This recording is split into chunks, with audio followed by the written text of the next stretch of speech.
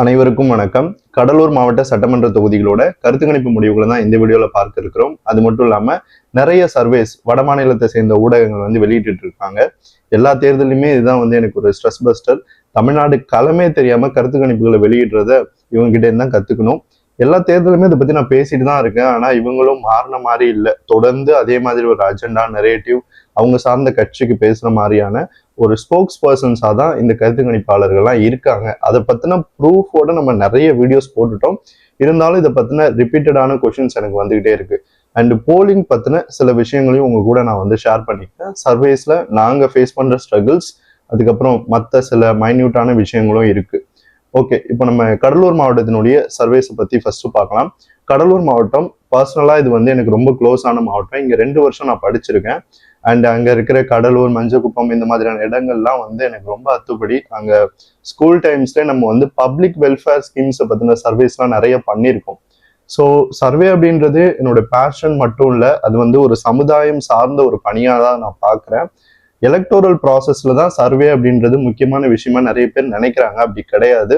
நான் எலக்டோரல் ப்ராசஸ்ல நிறைய விதமான சர்வேஸ் நாங்கள் எடுத்திருக்கோம். அண்ட் அதை சக்ஸஸ்ஃபுல்லாகவும் முடிச்சு ரிசல்ட்டும் கொடுத்துருக்கோம். சம்டைம்ஸ் ரொம்ப நல்ல ரிசல்ட் கிடைக்கும், சம்டைம் கிடைக்காம கூட போகலாம். ஆனால் ரொம்ப கிடைக்காம போகாது, ஒரு அளவுக்கு அதில் கொஞ்சம் கிளாஷ் வரும்.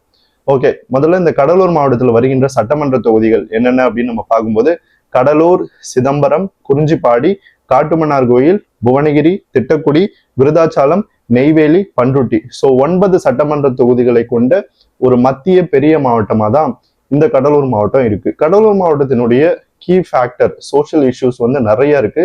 ஜாதி சார்ந்த பிரச்சனைகள் ரொம்ப அதிகமாவே இருக்கு சில இடங்கள்ல எல்லாம்.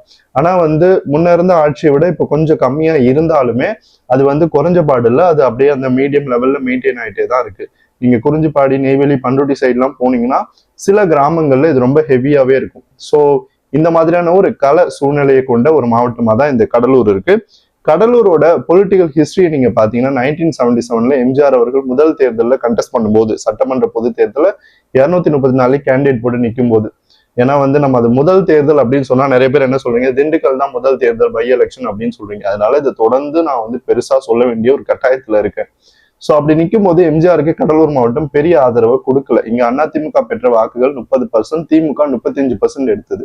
ஸோ அதனால இது ஒரு ஸ்பிளிட்டடான ஒரு மாவட்டமா தான் இருந்துச்சு. திமுகவுக்கு வன்னியர்கள் மத்தியில இன்றளவும் கொஞ்சம் ஆதரவு இருக்கு, அதிமுகவுக்கும் இருக்கு. இப்போ அந்த காலம் அப்படியே ஷிஃப்ட் ஆயிடுச்சு. கடலூரோட பொலிட்டிக்கல் அந்த கான்ட்ரடிக்ஷன் என்னன்னா, அதாவது 2 பெரிய கம்யூனிட்டி மோதுற ஒரு மாவட்டமா தான் இது இருக்கு.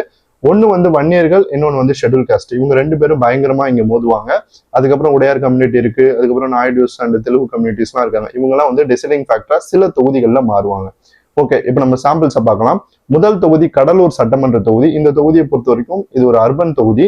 இங்க 830 சாம்பிள் கலெக்ட் பண்ணியிருக்கோம். இங்க டிவிக்கு 406, ADMK 305, DMK 100, others 19. Percentage wise டிவிக்கு 50% வாக்குகளை பெற்று ஒரு ஸ்ட்ராங்கான லீடிங்ல இருக்கு. ஏடிஎம்கே 36%, டிஎம்கே 12%, அதர்ஸ் 2% வாக்குகள். என்ன சேஞ்ச் ஃபர்ஸ்ட் ரவுண்டு சர்வேக்கும் இப்போ நம்ம எடுத்திருக்கிற செகண்ட் ரவுண்டு சர்வேக்கும் என்ன டிஃபரன்ஸ்னு பார்க்கும்போது, டிவிகேக்கு 4% குறைஞ்சிருக்கு, ஏடிஎம்கேக்கு 8% இன்க்ரீஸ் ஆகியிருக்கு, டிஎம்கேக்கு 2% குறைஞ்சிருக்கு, அதர்ஸ்க்கு 2% வாக்குகள் குறைஞ்சிருக்கு. ஒருவேளை பாமக அதிமுக கூட்டணிக்கு போகாம இருந்திருந்தா இந்த இடத்துல அதிமுக 3வது தான் போயிருக்கும். ஆனா பாமக சேரும்போது ஒரு கெமிஸ்ட்ரி பில்டப் ஆகுது. நிறைய எக்ஸாம்பிள்ஸ் என்னால சொல்ல முடியும். இந்த 2 கட்சிகளும் தனித்தனியா நிற்கும் போது ஒரு ஓட் ஷேர் வரும், 2த்தையும் ஆட் பண்ணா. ஆனா 2 பேரும் கூட்டணிக்கு போகும்போது கெமிஸ்ட்ரியில ஒரு ஓட் ஷேர் இன்க்ரீஸ் ஆகும். இது காங்கிரஸ்க்கு நீங்க பார்க்கலாம், சவுத்துல பார்க்கலாம். அதே மாதிரி புதிய தமிழகம் கட்சிக்கு சில இடங்கள்ல பார்க்கலாம். கூட்டணியா சேரும் போது அவங்களுக்கு அந்த ஸ்விங் வரும்.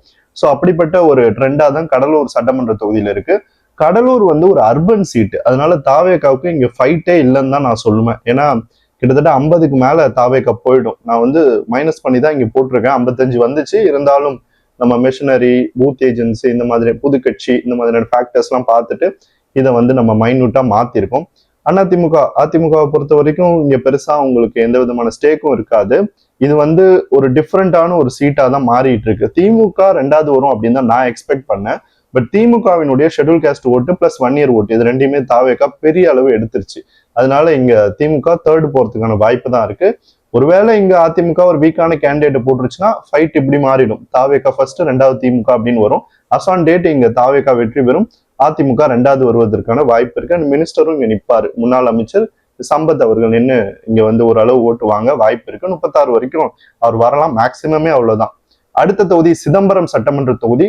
ரூரல் பூத் வந்து இங்க அதிகம். இங்க 797 சாம்பிள் கலெக்ட் பண்ணிருக்கோம். இங்க TVK 306, ADMK 276, DMK 190, others 25. Percentage wise TVK 38% வாக்குகளை பெறுது, ஏடிஎம்கே 34%, டிஎம்கே 23%, அதர்ஸ் 5% வாக்குகள். இங்க டிவிகேக்கு 2% குறையுது, ஏடிஎம்கேக்கு 3% இன்க்ரீஸ் ஆகுது, டிஎம்கேக்கு 1% குறையுது, அதர்ஸ்க்கு எந்த சேஞ்சும் இல்லை. ஸோ சிதம்பரம் வந்து போலரைசேஷன் வர்ற ஒரு தொகுதி. கிராமங்கள்ல வன்னியர் வெர்சஸ் ஷெட்யூல் காஸ்ட்னு பெரிய அளவு மக்கள் அணி திரளுவாங்க. ஆனா இங்க வந்து என்ன சேஞ்ச் வருது அப்படின்னா, ஷெட்யூல் காஸ்ட் ஓட்டை பெருமளவுக்கு தாவேக்கா எடுக்குது. அதனாலதான் திமுக 3வது போகுது. அதிமுக கிட்ட இருந்து வன்னியர்கள் ஓட்டை வந்து ஓரளவுக்கு தான் எடுக்குது. வன்னியர்கள் மத்தியில இன்னும் கட்சி பெரிய ஸ்ட்ராங்கான ஒரு கட்சியா மாறல. இந்த மாவட்டத்தை பொறுத்த வரைக்கும் ஓரளவுக்கு தான் அவங்க வராங்க. ஷெட்யூல் காஸ்ட் அளவுக்கு அவங்க வரல. அதுக்கப்புறம் நாயுடுஸ் இருக்காங்க, அதுக்கப்புறம் தெலுங்கு பேசுற மக்கள், உடையார்ஸ், இவங்க எல்லார் மத்தியிலும் தாவேக்காவுக்கு சப்போர்ட் இருக்கு. End of the day caste neutral party தான். பட் நம்ம இந்த கேஸ்ட் ஓட்டை கன்சால்டேட் எப்படி வருது அப்படின்னு அளவிட்டு பார்க்கும்போது வன்னியர்கள் மத்தியில இந்த மாவட்டத்துல தாவேக்காவுக்கு ஒரு பின்னடைவு இருக்கு. இருந்தாலும் சீட்டு ஏன் கன்வெர்ட் ஆகுதுன்னா, ஷெட்யூல் காஸ்ட் பயங்கரமா சப்போர்ட் பண்றாங்க. வன்னியர்களை, இளைஞர்கள், பெண்களோட ஓட்டு வருது. ஸோ அதனால 4% இங்க லீட்ல இருக்கு கட்சி. ஸோ எந்த சேஞ்சும் வராது. இங்க தாவேக்கா வெற்றி பெறும் அப்படின்னு தான் நான் பாக்குறேன். அடுத்த தொகுதி குறிஞ்சிப்பாடி சட்டமன்ற தொகுதி. தற்போதைய அமைச்சர் இங்கதான் போட்டிட்டு எம்எல்ஏவா தேர்வானாரு. குறிஞ்சிப்பாடியில கனித்தமிழ்நாடு, அதுக்கப்புறம் இந்த பாச்சராபாளையம் இதெல்லாம் வந்தீங்கன்னா பெரிய அளவுக்கு வந்து தாவேக்காவுக்கு சப்போர்ட் தெரியுது. ஸோ இங்க வந்து DMK 400, TVK 388, ADMK 97, others 13. Percentage wise DMK 44% வாக்குகளை பெறுது, டிவிகே 40%, ஏடிஎம்கே 10%, அதர்ஸ் 6% வாக்குகளை வாங்குறாங்க. இங்க டிஎம்கேக்கு 3% இன்க்ரீஸ் ஆகுது, டிவிகேக்கு 8%. ஹிஸ்டாரிக்கலா இது அதிமுக வீக்கான சீட்டு. இங்க தாவேக்கா அர்பன்ல பெரிய கட்சியா நின்று வாக்குகளை பெறுது. கிராமங்கள் இப்ப நான் சொன்ன 2 கிராமங்கள் இருக்கு இல்லையா, அங்கேயும் ஓரளவுக்கு ஓட்டு எடுக்குது. அது கிராமம்னு சொல்ல முடியாது, ஒரு செமி அர்பன் மாதிரி வச்சுக்கலாம். ஹைவேஸ்ல வர கிராமங்கள் அது. ஸோ அதனால ஹைவேஸ்னா அந்த முக்கியமான மெயின் ரோடு வர்ற இடம். ஹைவேஸ்னு சொல்லிட்டேன், மெயின் ரோடு அது. ஸோ அந்த இடங்கள்ல இருக்கிறதுனால கொஞ்சம் தொழில் வளம் இருக்கிற ஏரியா அது. அந்த இடங்கள்ல வந்து தாவேக்காவுக்கு சப்போர்ட் அதிகமா இருக்கு. அடுத்த தொகுதி காட்டுமன்னார் கோயில் ரிசர்வ்டு தொகுதி. இங்க வந்து 887 சாம்பிள் கலெக்ட் பண்ணிருக்கோம். இங்க TVK 501, ADMK 305, DMK 66, others 15. Percentage wise TVK 56% எடுக்குது, ஏடிஎம்கே 34%, டிஎம்கே 7%, அதர்ஸ் 3% வாக்குகள். இங்க டிவிகேக்கு 6% குறையுது, ஏடிஎம்கேக்கு 14% இன்க்ரீஸ் ஆகுது, டிஎம்கேக்கு 8% குறையுது, அதர்ஸ்க்கு எந்த சேஞ்சும் இல்லை. ஸோ இங்க வந்து அதிமுக ஒரு பைபோலர் கண்டெஸ்ட் நோக்கி நகருது. ஏன்னா ஷெட்யூல் காஸ்ட் ஒட்டு மொத்தமா தாவேக்கா பக்கம் மூவ் ஆன் ஆகுறாங்க. அதனாலதான் திமுக 7% எடுக்குது. இங்க விசிகாவோட பிரசன்ஸ் குறைஞ்சிருச்சு. ஏன்னா அவங்க ஓட்டு பெருமளவுக்கு தாவேக்கா பக்கம் கன்சால்டேட் ஆயிடுச்சு. வன்னியர்கள் வந்து இந்த தொகுதியை பொறுத்த வரைக்கும் ஆன்டி டிவிகேவா மாறுறாங்க. அவங்க அதிமுக சைடு போய் பேக்கிங் கம்யூனிட்டி ஆகுறதுனால இது வந்து ஷெட்யூல் காஸ்ட் வெர்சஸ் வன்னியர் அப்படின்ற சீட்டா மாறுது. இங்க வந்து பைபோலர் கண்டெஸ்ட் தான் வரும். இந்த இடத்துல தாவேக்கா பெருமளவுக்கு ஒரு காஸ்ட் நியூட்ரல் பார்ட்டியா நின்று ஷெட்யூல் காஸ்ட்டை ஒட்டு மொத்தமா எடுத்து அவங்க ஓட்டை எடுத்து ஜெயிச்சிரும் அப்படின்னு தான் நான் பாக்குறேன். அடுத்த தொகுதி புவனகிரி சட்டமன்ற தொகுதி. இது வந்து ரூரல் சீட்டு. இங்க 703 சாம்பிள் கலெக்ட் பண்ணிருக்கோம். ஆக்சுவலா இங்க வர சில கிராமங்கள்ல எல்லாம் நாங்க சர்வே பண்ணோம், டீப்பாவே பண்ணோம். அங்க வந்து அதிமுகவுக்கு இன்னும் சப்போர்ட் நல்லா தான் தெரியுது. ஆனா செகண்ட் ரவுண்ட் சர்வேல அதிமுக கொஞ்சம் சரிஞ்சிருச்சுன்னு தான் பாக்குறேன். என்னன்னா அதிமுக தனியா நிற்கும் போது அதிமுகவுக்கு வந்த தெலுங்கு ஓட்ஸா இருக்கட்டும், உடையார் கம்யூனிட்டி ஓட்டா இருக்கட்டும், மற்ற சிறிய கம்யூனிட்டி ஓட்டா இருக்கட்டும், இந்த ஓட்டு எல்லாமே என்ன ஆச்சுன்னா பாமக கூட அதிமுக கூட்டணிக்கு போன உடனே தாவேக்கா பக்கம் வந்துருச்சு. அதனால தாவேக்காவுக்கு ஒரு கம்ஃபர்டபுள் லீடு கிடைக்குது. இந்த தொகுதியில வன்னியர்கள் தாவேக்காவுக்கு சப்போர்ட் பண்றாங்க. இங்க TVK 303, ADMK 690, DMK 97, others 13. Percentage wise TVK 43% வாக்குகளை பெறுது, ஏடிஎம்கே 41%, டிஎம்கே 14%, அதர்ஸ் 2% வாக்குகள். டிவிகேக்கு 15% இன்க்ரீஸ் ஆகுது, ஏடிஎம்கேக்கு 1% குறையுது, டிஎம்கேக்கு 11% குறையுது, அதர்ஸ்க்கு 3% வாக்குகள் குறையுது. அடுத்த தொகுதி திட்டக்குடி ரிசர்வ்டு தொகுதி. இங்க 617 சாம்பிள் கலெக்ட் பண்ணிருக்கோம். TVK 278, DMK 230, ADMK 99, others 10. Percentage wise TVK 45% வாக்குகளை பெறுது, டிஎம்கே 37%, ஏடிஎம்கே 16%, அதர்ஸ் 2% வாக்குகள். இங்க டிவிகேக்கு 1% இன்க்ரீஸ் ஆகுது, டிஎம்கேக்கு 22% இன்க்ரீஸ் ஆகுது, ஏடிஎம்கேக்கு 20% குறையுது, அதர்ஸ்க்கு 3% வாக்குகள் குறையுது. இங்க 2 விஷயம் இருக்கு. ஷெட்யூல் காஸ்ட் வந்து திமுக சைடு கன்சால்டேட் ஆகுறாங்க, வன்னியர்கள் தாவேகா சைடு கன்சால்டேட் ஆகுறாங்க. ஸோ அதனால இது பைபோலரா மாறுது. இங்க மோஸ்ட் ப்ராபப்ளி அதிமுக டெபாசிட் எடுப்பதற்கான வாய்ப்பு இருப்பதா தான் நான் பார்க்கிறேன். அடுத்த தொகுதி விருதாச்சலம் சட்டமன்ற தொகுதி. கேப்டன் விஜயகாந்த் அவர்கள் போட்டியிட்டு வெற்றி பெற்ற தொகுதி. முதல் தேர்தலில் அவர் மட்டும் ஜெயிச்சார் அந்த கட்சி வேட்பாளர்கள் கிட்ட. ஸோ இங்க TVK 304, DMK 266, ADMK 77, others 15, percentage wise TVK 45% வாக்குகளை பெறுது, டிஎம்கே 40%, ஏடிஎம்கே 11%, அதர்ஸ் 4% வாக்குகள். இங்க இன்னொரு விஷயம் இருக்கு, டிஎம்டிகேவோ காங்கிரஸோ போட்டிட்டுச்சுன்னா தாவேக்கா 50க்கு மேல போயிடும், ஃபைட்டே கிடையாது இங்க. ஆனா திமுக நின்னுச்சு அப்படின்னா இங்க வந்து ஃபைட் கடுமையா இருக்கும். இருந்தாலும் தாவேக்கா வெற்றி பெறுவதற்கான வாய்ப்பு தான் இருக்கு. இங்க டிவிகேக்கு 7% இன்க்ரீஸ் ஆகுது, டிஎம்கேக்கு 9% இன்க்ரீஸ் ஆகுது, ஏடிஎம்கேக்கு 12% குறையுது, அதர்ஸ்க்கு 4% வாக்குகள் குறையுது. ஓகே, இந்த தொகுதியை பத்தி பேசுறதுக்கு பெருசா ஒன்றும் இல்லை. இது வந்து ஒரு அர்பன் சீட்டு, அதனால தாவேக்காவுக்கு இயல்பாவே ஆதரவு இருக்கு. ஆனா கடுமையான போட்டியை திமுக கூட்டணி கொடுக்கும்னு நம்புறேன். ஆனா காங்கிரஸோ தேமுதிகவோ நின்றுச்சுன்னா ஃபைட் கிடையாது, தாவேக்காவுக்கு 50% சுலபமாவே கிராஸ் பண்ணி போயிடும். அடுத்த தொகுதி நெய்வேலி சட்டமன்ற தொகுதி, ரூரல் சீட்டு. 621 சாம்பிள் கலெக்ட் பண்ணிருக்கோம். ADMK 205, DMK 200, TVK 198, others 18. Percentage wise ADMK 33% வாங்குது, டிஎம்கே 32%, டிவிகே 31%, அதர்ஸ் 4% வாக்குகள்.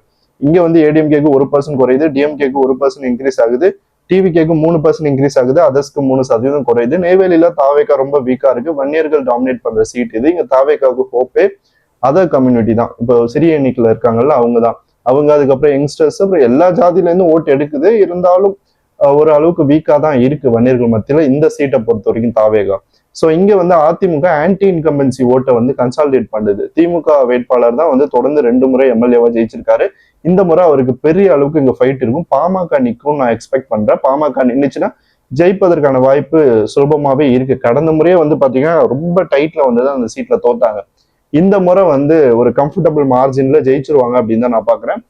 இன்னொரு விஷயம் என்னன்னா, இங்க வந்து திமுகவும் வன்னியரை தான் நிறுத்தும், அதிமுக கூட்டணியில பாமக நின்று அவங்களும் வன்னியர் தான் நிறுத்துவாங்க. அதனால வன்னியர் ஓட்டு ஸ்பிளிட் ஆகவும் வாய்ப்பு இருக்கு. அப்படி நடந்துச்சுன்னா தாவேகங்க ஜெயிப்பதற்கு ஒரு பாசிபிலிட்டி இருக்கு. தாவேகோட ஓட் ஷேர் 37% இந்த தொகுதியில. ஆனா நான் 7%, 6% வந்து மைனஸ் பண்ணிருக்கேன். 7ஆவது கன்சாலிடேட் பண்ணி அதுக்கப்புறம் 6 மைனஸ் பண்ணிட்டேன். ஏன்னா ஸ்ட்ரக்சர் இல்ல, ஹெவி ரூரல் சீட் இது. அதனால சான்ஸ் எடுக்க வேணாமேன்னு சொல்லிட்டு நான் அதை போடல. அடுத்த தொகுதி பண்ருட்டி சட்டமன்ற தொகுதி, கடைசி தொகுதி.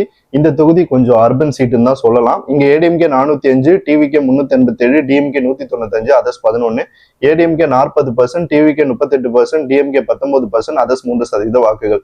இங்க ஏடிஎம்கேக்கு எந்த சேஞ்சும் இல்லை, டிவிகேக்கு 1% இன்க்ரீஸ் ஆகுது, டிஎம்கேக்கு 5% இன்க்ரீஸ் ஆகுது, அதர்ஸ்க்கு 6% குறையுது.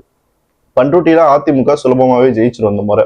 கடந்த முறையை நீங்க பாத்தீங்கன்னா அவ்வளோ பெரிய கூட்டணி, 17 கட்சி கூட்டணி வச்சுமே திமுக ஒரு சொற்ப வாக்கு வித்தியாசத்துல தான் வெற்றி பெற்றது. இவர் வேல்முருகன் தான் கேண்டிடேட்டா நின்று ஜெயிச்சாரு. அவருக்கு வந்து ரூரல்ல எல்லாம் பெருசா ஓட்டு விழல, அர்பன் ஓட்டை கன்சாலிடேட் பண்ணி தான் அவர் ஜெயிக்க முடிஞ்சது. இந்த முறை வந்து அவரும் கூட்டணியில இருந்து வெளியேறிட்டாரு. ஸ்ட்ராங் கேண்டிடேட் திமுகவுக்கு இந்த தொகுதியில கிடையாது. திமுக இயல்பாவே பண்ருட்டியில வீக்கு. ஏதாவது ஒரு கூட்டணி எல்லாம் சேர்த்துட்டு அப்படி நின்னாதான் அவங்க ஜெயிக்க முடியும். ஸோ அதனால இந்த முறை இங்க வந்து திமுகவோட தோல்வி உறுதி தான், அவங்க ஜெயிக்க மாட்டாங்க, நான் ரொம்ப கான்பிடென்ட்டாவே சொல்றேன். அதிமுகவுக்கு வந்து ரூரல்ல சப்போர்ட் அதிகம், அது ஓரளவு வன்னியர் ஓட்டையும் கன்சாலிடேட் பண்ணி வந்துடும். தாவேக்கா இங்க 2வது வரதுக்கு காரணம் வந்து அதர் கேஸ்டா இருக்கிற ஷெட்யூல் கேஸ்ட், அதுக்கப்புறம் இதுக்கு முன்னாடி சொன்ன உடையார்ஸ், இவங்க எல்லாருமே கன்சாலிடேட் ஆகி ஓரளவுக்கு 2வது வரும். வன்னியர்கள் மத்தியிலும் கொஞ்சம் சப்போர்ட் இருக்கு. ஸோ அதனால இங்க தாவேக்காவுக்கு 2வது இடத்திற்கு வருவதற்கான வாய்ப்பு இருக்கு. ஏன் டைட்டா நான் பர்சன்டேஜ் கொடுத்துருக்கேன்னா, ரூரல்லையும் கொஞ்சம் தாவேக்கா ஓட்டு அதிகமாவே எடுக்குது அதிமுகவுக்கு ஈக்குவலா. அர்பன்லயும் அந்த மாதிரிதான் வருது. பட் எனக்கு தோணுது ஸ்ட்ரக்சர் தாவேக்காவுக்கு இல்லைன்றதுனால இந்த இடத்துல அதிமுக ஜெயிப்பதற்கான வாய்ப்பு இருக்கு. ஒரு மேஜிக் நடந்து தாவேக்கா கூட ஜெயிக்கலாம். இப்படிதான் இந்த பண்ருட்டியினுடைய கள நிலவரமானது நம்மளுக்கு இருக்கு.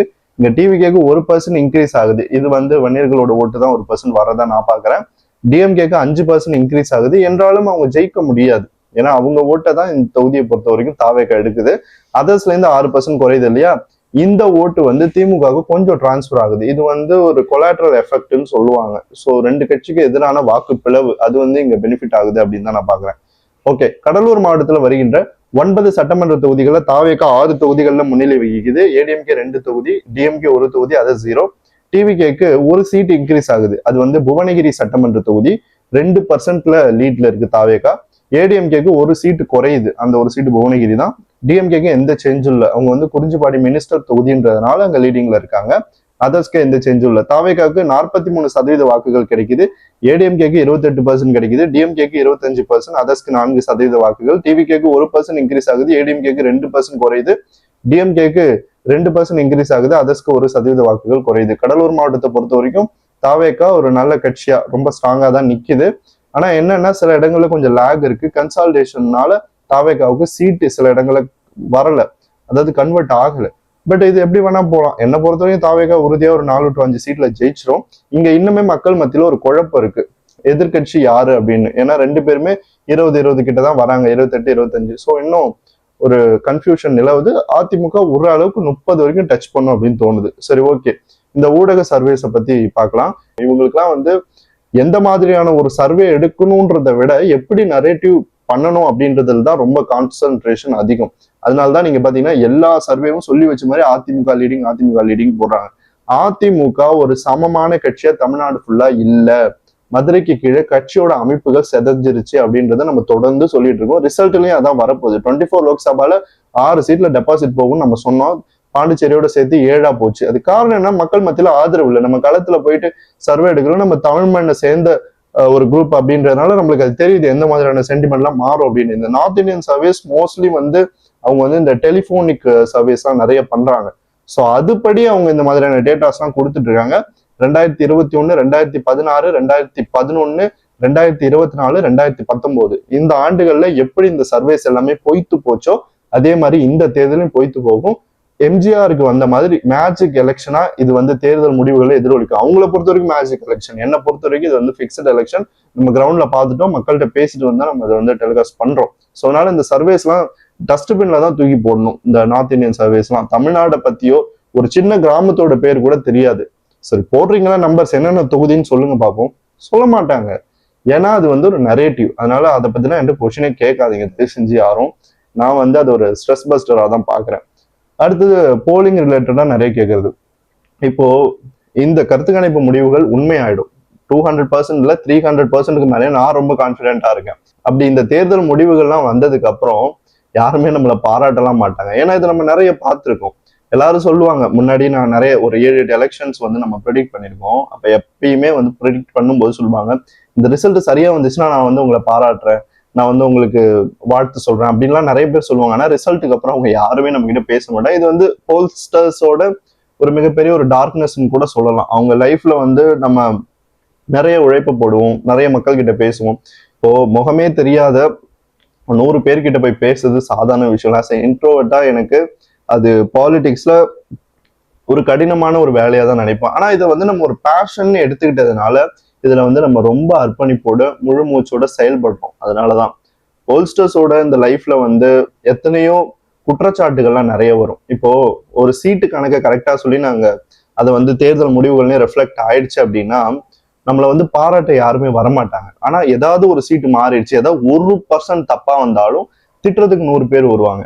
அதுதான் இங்க இருக்கிற ஒரு விஷயமா பார்க்கல. நான் வந்து ஒரு கம்யூனிஸ்ட் ஃபேமிலில இருந்து வந்த ஒரு பையன். அதனால எனக்கு எப்பயுமே வந்து நம்ம செய்யற வேலையில நம்ம முழு திருப்தியோட ஈடுபடணும், நம்ம பண்றதுல முழு அர்ப்பணிப்போட இருக்கணும், யாருக்கும் எதுக்காகவும் என்னைக்குமே பயப்படக்கூடாது அப்படின்ற ஒரு திமிர் எனக்கு இருக்கும். அந்த திமிர், அந்த கான்பிடன்ஸ் தான் இன்னைக்கு வரைக்கும் இந்த சேனல்ல உட்காந்துட்டு இந்த சர்வேஸை நான் வெளியிடுவதற்கான காரணம். அதனால கான்பிடன்ஸ்ன்றதெல்லாம் என்னோட ரத்தத்துல ஊர்ன ஒரு விஷயம். அது வந்து என்னைக்குமே மாறாது. நம்ம உண்மையை சொல்றோம், மக்களை பார்த்துட்டு வந்து சொல்றோம். அதனால இந்த பயம் அதெல்லாம் வந்து எனக்கு என்னைக்குமே கிடையாது. ஆனா நிறைய இடங்கள்ல அபியூஸ் இந்த மாதிரி விஷயங்கள்லாம் நான் ஃபேஸ் பண்ணிட்டு தான் இருக்கேன். அது புதுசு கிடையாது. நான் வந்து ஃபர்ஸ்ட் வீடியோ போட்ட நாள்ல இருந்து இன்னைக்கு வரைக்கும் எனக்கு த்ரெட்டன் வந்துட்டு தான் இருக்கு. அதெல்லாம் பார்த்தா வி கான் ஸ்டே இல்ல. அதனால நான் என்ன சொல்ல வரேன்னா, நிறைய பேர் சொல்றீங்க இல்ல தேர்தல் முடிவு சரியா வந்துச்சுன்னா நான் வந்து உங்களை பாராட்டுவேன், நீங்களாம் வரமாட்டீங்கன்னு எனக்கு தெரியும். ஏன்னா இது எனக்கு புதுசு இல்லைங்க. நிறைய பேர் சொல்லுவாங்க, இந்த சின்ன பையனுக்கு என்ன தெரியும், இவனுக்கு பாலிடிக்ஸ்க்கு என்ன சம்பந்தம் அப்படின்னுவாங்க. என்னை பொறுத்த வரைக்கும் ஒரு விஷயத்த பத்தி அனலைஸ் பண்ண வயசு ஒரு தடை கிடையாது அப்படின்றதுதான் என்னுடைய ஆணித்தரமான ஒரு கருத்து. அதனால நம்மளுக்கு வந்து ஒரு சுய அறிவு, ஒரு கான்பிடன்ஸ், களத்தை பத்தின புரிதல், சரியான அண்டர்ஸ்டாண்டிங், வே ஆஃப் ப்ராசஸ் சரியா இருந்தாலே எந்த துறையிலுமே நம்மளால சாதிக்க முடியும். நான் பல நேரங்கள்ல பல இடங்கள்ல சரியான கருத்து கணிப்பு முடிவுகளை கொடுத்து வெற்றி பெற்றிருக்கேன். ஆனா எனக்கான அந்த ரெகனேஷன் வராது. பட் நான் அதை எக்ஸ்பெக்டும் பண்ணல. ஏன்னா அரசியல் களம் அப்படின்றது என்னைக்குமே ஒரு செல்ஃப் ஓரியன்டா சுயநல தன்மை அதிகமா இருக்கிற ஒரு துறையா தான் இருக்கும். அதனால இந்த இடத்துல நீங்க பாராட்டலனா கூட பரவாயில்ல. எனக்கு இதெல்லாம் வந்து புதுசு இல்லை. அபியூஸ் பண்றது, திட்டுறது இதெல்லாமே நான் ஜஸ்ட் லைக் தட்னு போயிடுவேன். ஆனா இதுக்குள்ள ஒரு யங்ஸ்டர் வரான், ஒரு அரசியல்ல ஒரு போலிங் ஒரு சர்வே எடுக்கணும்னு வரான், டெலிகாஸ்ட் பண்றான் அப்படின்னா தயவு செஞ்சு அவனோட கான்பிடன்ஸை உடைச்சு திரும்ப அவனை அனுப்பிடாதீங்க. அதுதான் அரசியல்னாலே 60 வயசு இருக்கிறவங்க 70 வயசு இருக்கிறவங்க தான் பேசணும் அப்படின்ற கட்டமைப்பை தயவு செஞ்சு உடைச்சிருங்க. ஏன்னா யங்ஸ்டர்ஸும் பாலிடிக்ஸ் பேசலாம். நிச்சயமா அரசியல் மாற்றத்துக்கு யங்ஸ்டர்ஸ் இன்வால்வ்மெண்ட் இல்லாம எதையுமே பண்ண முடியாது. ஸோ அந்த மாதிரி வர பர்சன் நேற்று கூட ஒருத்தன்ட்ட பேசினேன். அந்த மாதிரியான அபியூஸ்லாம் அவங்க ஃபேஸ் பண்ணிட்டு இருக்காங்க. கேரளாவை சேர்ந்த பையன் தான். ஸோ அவங்க அதை சொல்லும்போது ரொம்ப கஷ்டமா தான் இருந்துச்சு. எனக்கு இது புதுசு இல்லை, இருந்தாலும் மற்றவங்களோட அந்த கஷ்டங்கள்லாம் பார்க்கும்போது நம்மளுக்கும் அது தோணுச்சு. ஜஸ்ட் உங்க கூட ஷேர் பண்ணணும்னு தோணுச்சு. இதுக்கும் கருத்து கணிப்புக்கும் எந்த சம்மந்தமும் இல்லை. சரி, ஓகே. இது போலதான் இந்த கடலூர் மாவட்டத்தினுடைய கள நிலவரமானது இருக்கு. இது போல இன்னொரு மாவட்ட சட்டமன்ற தொகுதிகளோட கருத்து கணிப்பு வீடியோவோட உங்களை சந்திக்கிறேன். நன்றி.